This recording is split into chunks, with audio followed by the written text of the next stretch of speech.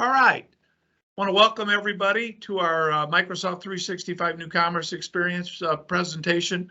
I'm John Bamberger, one of the owners of Centaurus. I have with me Kurt Hicks, our president, and he's going to review the Microsoft 365 experience.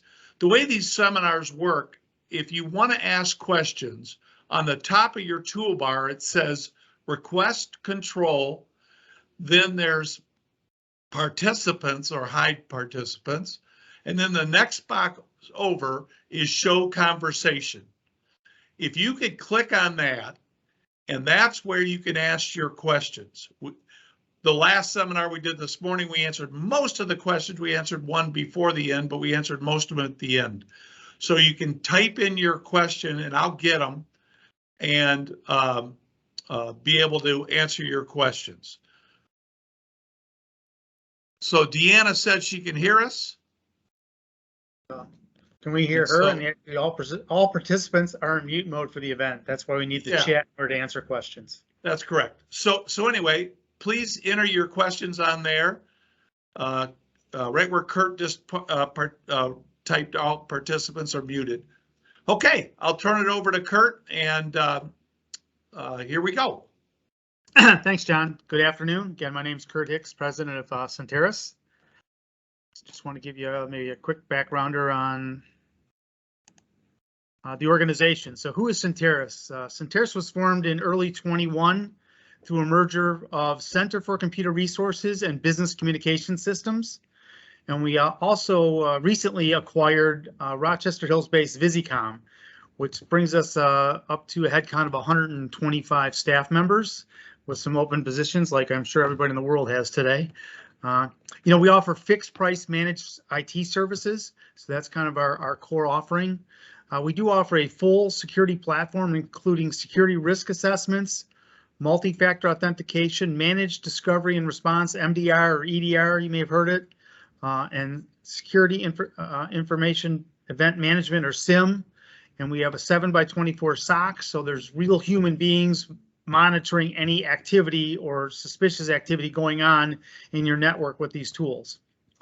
We implement and support full telephone systems, both on-site and cloud-based, and we provide internet and voice circuits, and we offer a plethora of a full suite of products, servers, laptops, desktops, wireless access points, Adobe licensing, printers, video conferencing, and Teams rooms, and more. So we do offer product for our clients. So what is the New Commerce Experience?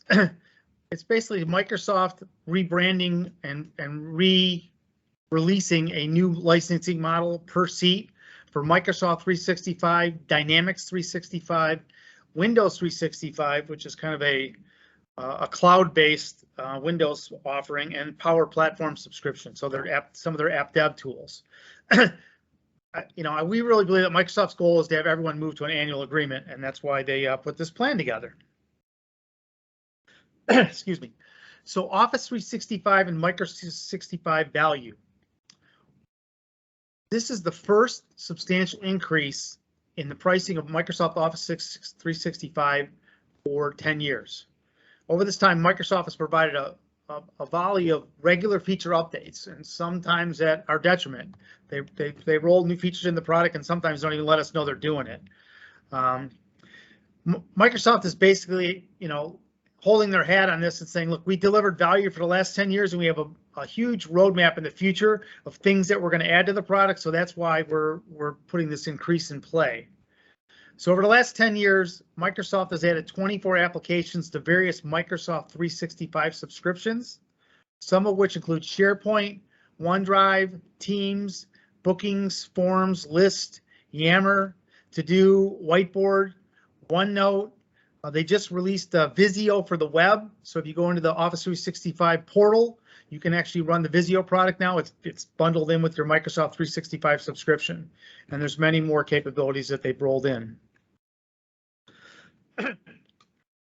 So if you take nothing away from the session today, this is the most critical thing to think about. If you choose to do nothing, your Microsoft or Office 365 subscription at a minimum will automatically increase 20% effective June 30th, unless you transition to a prepaid annual subscription model by February 28th. So going forward, Microsoft has two models. There's a monthly and an annual, and we'll get into more details on that. So what Microsoft did is of the whole platform of Microsoft 365 and Office 365 products, these are the only 6 products that have an actual list price increase. So Business Basic goes from 5 to 6. Microsoft 365 Business Premium, which we have a lot of our clients running that, goes from $20 to $22 a month. On the enterprise side, there's E1, which is kind of email only. That goes from $8 to $10.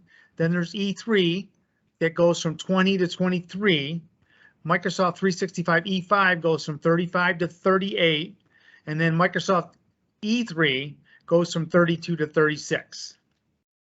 So again, those are the only 6 products that actually the base price is going to change. So what options do you have? So you can actually prepay an annual subscription versus monthly before February 28th. If you do that, it locks you into the current pricing. So like Microsoft Business Premium is currently $20. If you lock in and prepay that annually, you'll pay it at the $20 per month rate. And you'll also forego the 20% monthly premium increase. So you'd be going from a monthly to an annually, but then you would forego any of these given price increases. If you wait till like June 30th, at that point you can buy annually and not have the 20% premium. If you maintain your monthly subscription, there's a 20% monthly premium increase. So looking at the products kind of high level here, so I like to take Microsoft Business Premium because a lot of people have that. Again, current price is $20. The annual price per month is going to go to $22 effective March 1st. If you don't prepay annually by July 1st, the price will go to $26.40 per month. But if you buy it annually, you'll be able to lock in. If you buy it after March 1st, you lock it in at $22. If you buy before March 1st, you can actually lock that price in for $20 for the annual agreement for 12 months. If you look near the bottom of this stack, there's the Microsoft Business Standard, for instance. So if you look at that, the current price is $12.50.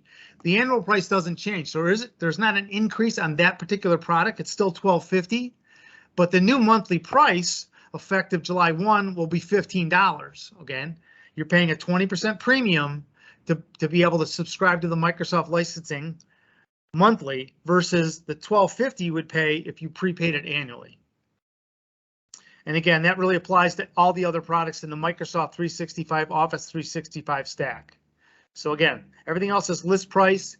If you buy it monthly, you have a 20% premium. If you prepay it annually, it's the same price, annual price.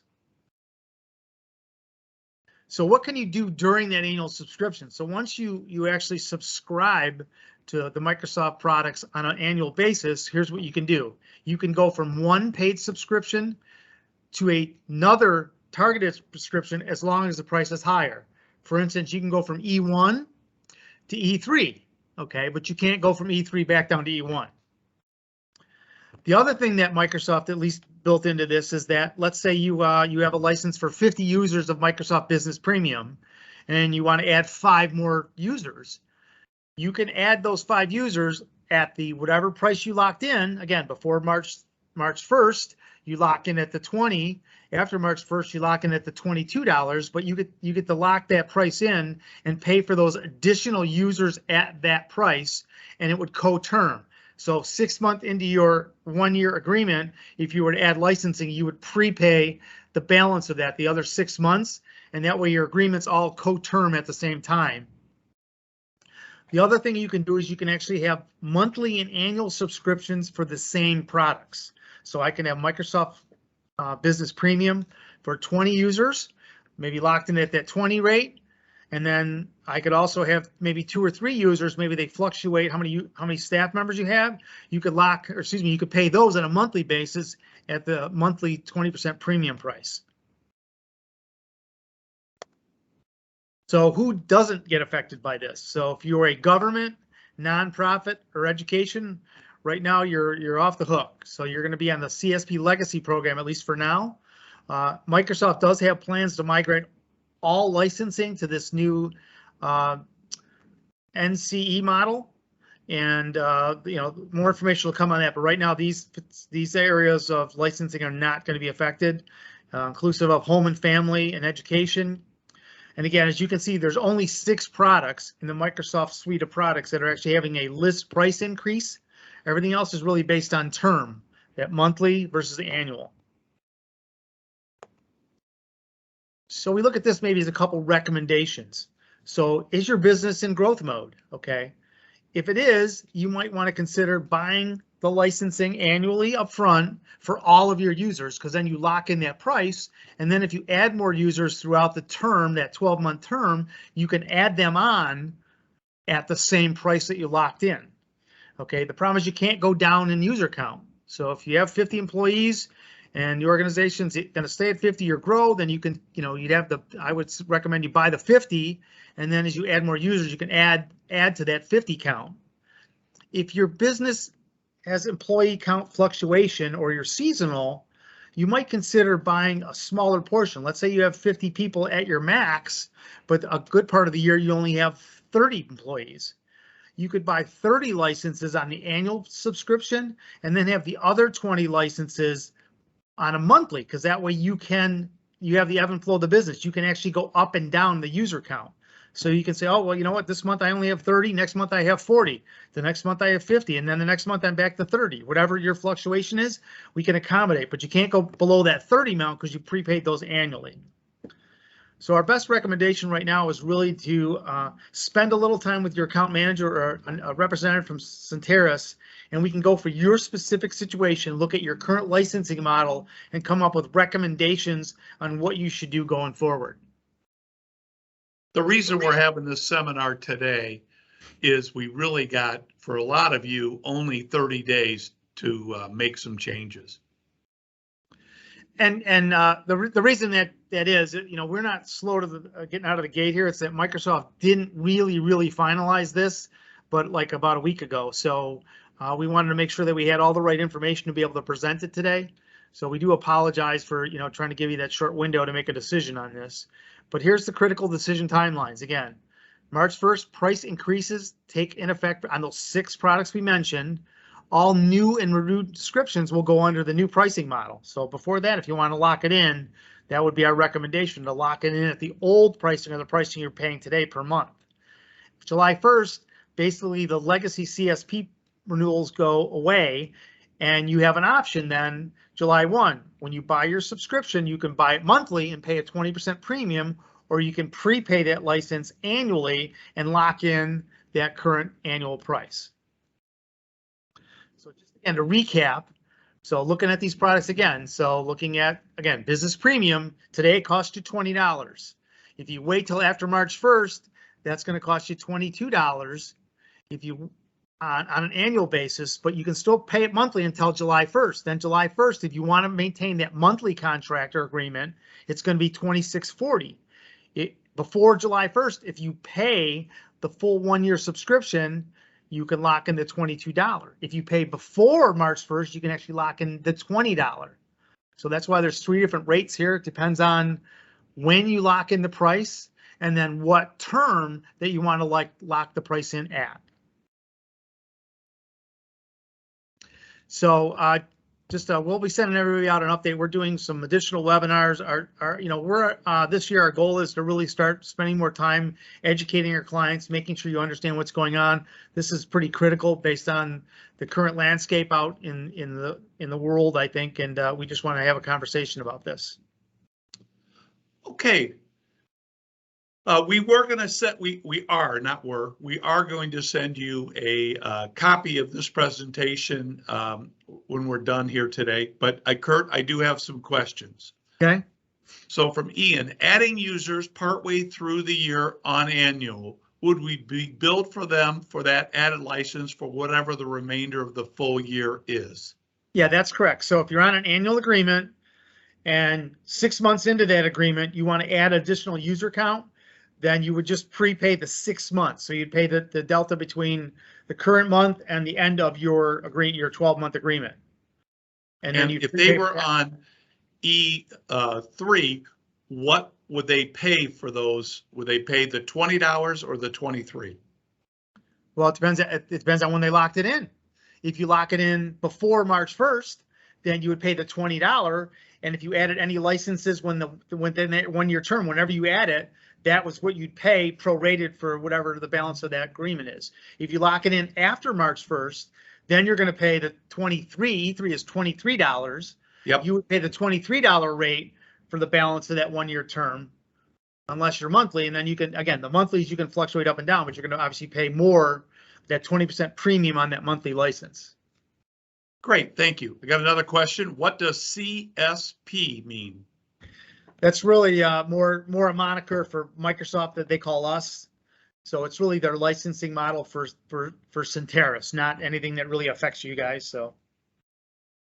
Okay, Brian asked, what happens after 1 year if we walk in annual now? Another At pricing. this point, they're doing the promo.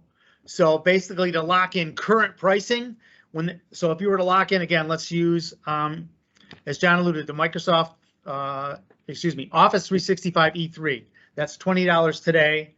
It goes up to $23 March 1st. If you lock it in at the $20, at the end of the term, you're going to get the $23 rate, but you can lock that in annually or go monthly. And if you go monthly, it's a 20% premium. So they're not giving you today's rates 12 months from now as an option.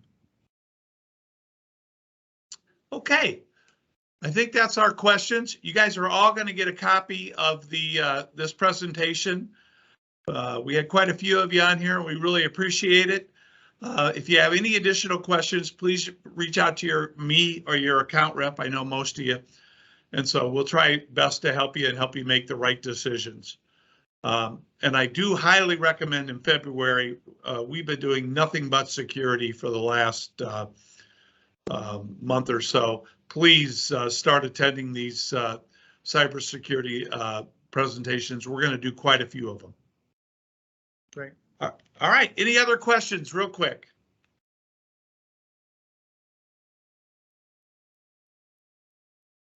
Will our account rep be contacting us to implement?